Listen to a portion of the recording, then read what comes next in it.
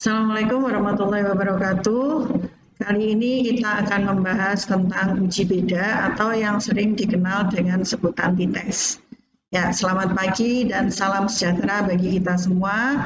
Saya Dian Nirmala akan menyampaikan materi kuliah statistik 2 atau statistik inferensial hari ini. Oke, kita lihat dulu. Ya, pertama kita harus pahami dulu tentang uji beda atau TITES ini. Ada beberapa macam ya. Tapi kali ini yang akan kita bahas ada 3, yaitu one sample TITES, paired sample TITES, dan independent samples TITES. Nah, oke.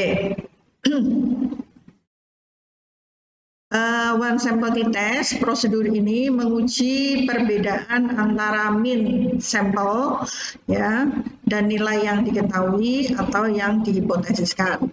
Dia juga bisa digunakan untuk menentukan tingkat kepercayaan atau signifikansi ya dari perbedaan tersebut.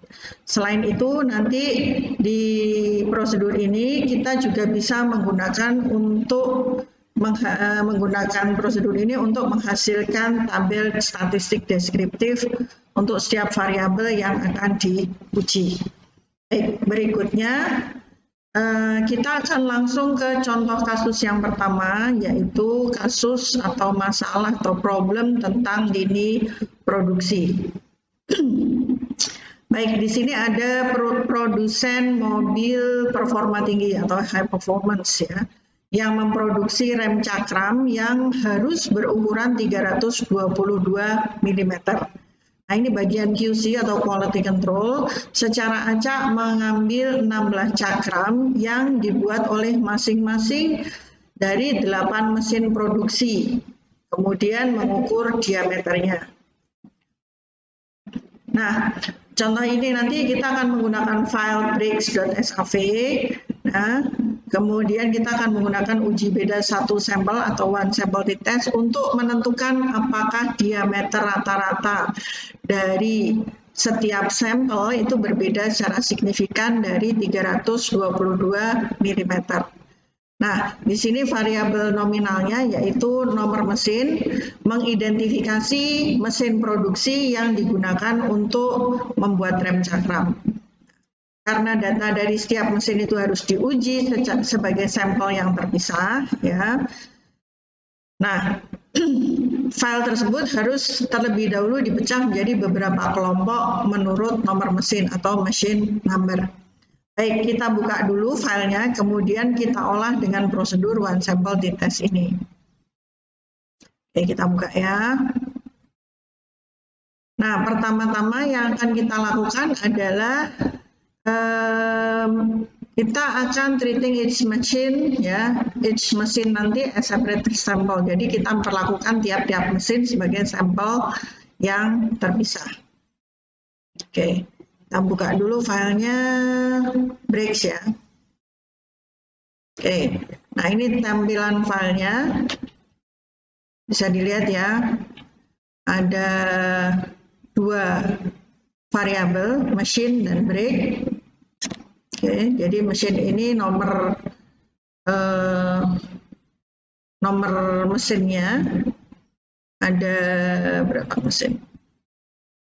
Kita lihat ada 8 mesin, ya. Kemudian ini nomor tiap-tiap mesin menghasilkan angka atau rem cakram dengan ukuran ini.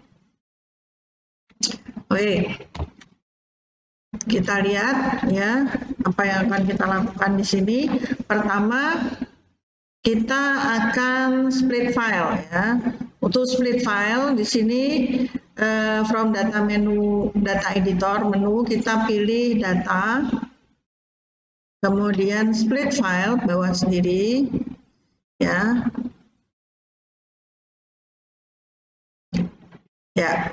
Kemudian setelah itu kita pilih select compare groups ya. Select compare groups. Ya. Kemudian setelah itu select machine number, kita masukkan. Lalu kita klik OK. Ya. Ini hasilnya adalah output berupa seperti ini. Ya, hanya tulisan saja dataset, data window, data activate, sort cases by machine, split file layered by machine. Nah, berikutnya kita akan menguji sampel, ya, testing sample means against unknown value. Oke, kita lihat ini ya, tadi ini yang sudah kita lakukan. Sekarang kita akan menguji rata sampel berdasarkan apa beda atau enggak, signifikan atau enggak dengan tadi angkanya berapa, 322. Nah, untuk memulainya kita klik analyze, compare means, one sample t-test. Analyze, compare means, one sample t-test. Ya, sudah. Kemudian muncul t-test dialog box. Kemudian kita pilih select display diameter mm sebagai tes variabel. Kemudian type 322 sebagai tes value-nya. Kemudian kita klik options, ya. Kemudian kita pilih 90 aja, ya. Jadi tingkat signifikansinya 90. Kemudian continue, lalu kita klik OK. Ya. Baik. Ini tampilannya. Ya. Oke, tampilannya sama dengan yang ada di sini ya. Nah, ya. Oke, jadi kita dapat tabel deskriptif ya, di mana tabel deskriptif ini menampilkan ukuran sampel, mean, dan standar deviasi atau simpangan baku, dan standar error atau kesalahan standar untuk masing-masing 8 sampel. Nah, rata sampel ini menyebar di sekitar 322 ya, dengan variasi yang relatif kecil. Ya, kalau Anda lihat di sini angkanya nggak jauh dari 322 dan ini relatif masih bisa ditolerir. Oke. Berikutnya dari tes resultnya, ya. Oke, kita lihat ya di sini. Nah, ini tes resultnya one sample t-test. Sama ya dengan yang ada di sini.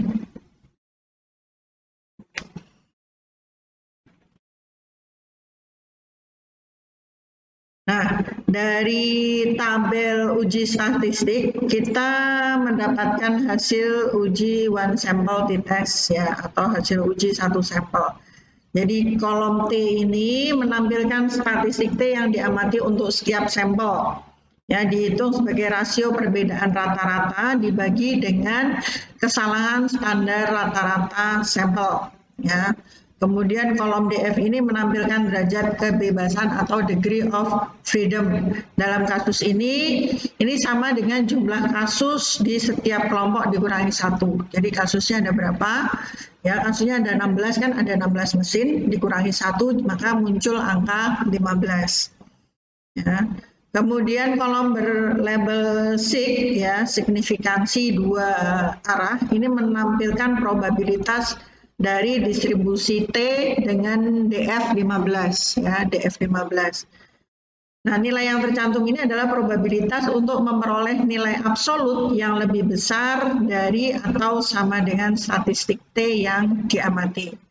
Nah, jika perbedaan antara rata sampel atau mean sampel tadi ya dengan nilai pengujian murni acak ya. Kemudian perbedaan rata-rata diperoleh dengan mengurangkan nilai uji ya, perbedaan rata-rata ya, mean difference. Ini diperoleh dengan mengurangkan nilai uji 322 ya tadi dikurangi dengan setiap sampel mean. Ya. Kemudian 90% confidence interval ini, yang sisi paling kanan ini ya. Ini memberikan perkiraan batas di mana perbedaan rata-rata sebenarnya terletak di 90% dari semua kemungkinan sampel acak dari 16 rem cakram yang diproduksi oleh mesin ini. Nah, oke. Nah, karena interval kepercayaannya, confidence interval ini berkisar semuanya di atas 0 ya, di atas 0,0, maka kita bisa mengatakan dengan aman bahwa mesin 2, 5, dan 7 menghasilkan cakram yang rata-rata lebih lebar daripada rata-rata 3, 2, 2. Kita lihat ya, 2, 5, 7 ya. Jadi kita lihat yang signifikan yang mana ini? 0, di bawah 0,05. 2 ya, 5, 7. Oh ini sama ini ya, 4 ya, kurang 1 nih. Oh tapi ini di bawah ya, jadi yang kita cari di atas. Ini kan mix difference-nya 2, 5, 7. Yang ini nggak kepakai karena nilainya negatif. Yang kita cari yang nilainya positif. Ya. Nah, jadi mesin 4 menghasilkan cakram yang tidak cukup lebar. Ya, Anda bayangkan kalau misalnya kendaraan cakramnya nggak pas atau apa ya, istilah orang Jawa bilang lobok ya, tentunya nggak bisa ngerem, longgar. Oke, nah ini summary-nya. Jadi uji T1 sampel atau one sample t-test ini bisa digunakan setiap kali rata-rata sampel harus dibandingkan dengan nilai uji yang diketahui. Jadi ada skor tertentu yang sudah diketahui dibandingkan dengan itu, ini sama atau enggak, selisih jauh atau enggak. Nah, seperti semua uji T1 sampel ini, one sample t-test ini mengasumsikan bahwa data cukup terdistribusi normal, terutama yang berkaitan dengan kemiringan. Ya. Nah, nilai-nilai ekstrim ya atau outlier ya, ini harus diperiksa dengan cermat. Jadi Anda sebaiknya sebelum melakukan ini harus diuji dulu dengan box plot. Oke, itu tadi one sample t-test ya. Silakan Anda rehat sejenak. Untuk materi berikutnya masih di chapter yang sama tentang uji beda akan kita bahas di video berikutnya, yaitu tentang paired sample t-test. Ini ya, paired sample t-test. Oke, masih dengan saya Dian Nirmala. Assalamualaikum warahmatullahi wabarakatuh. Tetap semangat. Oke.